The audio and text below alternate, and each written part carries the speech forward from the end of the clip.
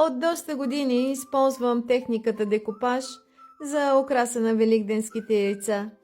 Лесна е, не се използват изкуствени осветители и има много предимства, за които ще ви разкажа в това видео.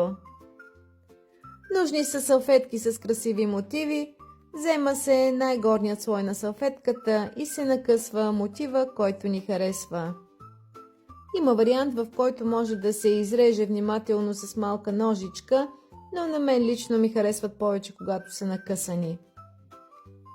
Използва се леко разбит белтък от яйце и четка за рисуване, за да се залепят към яйцето. Абсолютно безвреден вариант.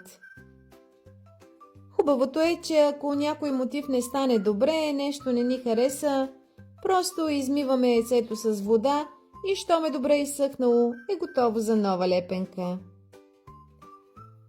Работи се с сварени и добре охладени яйца. Ако има леко напукано яйце, щом се украси по този начин, е отново здраво. Белтъкът заздравява, създава защитен слой върху черупката. Ако искате да имате повече яйца борци тази година, не пропущайте да сложите мотиви на двата овални края на яйцето. Така са по-здрави и се затруднява лесното им чупене. Щом сложите една-две от красивите лепенки върху яйце, оставете го да поизсъхне и след това продължете от другата страна.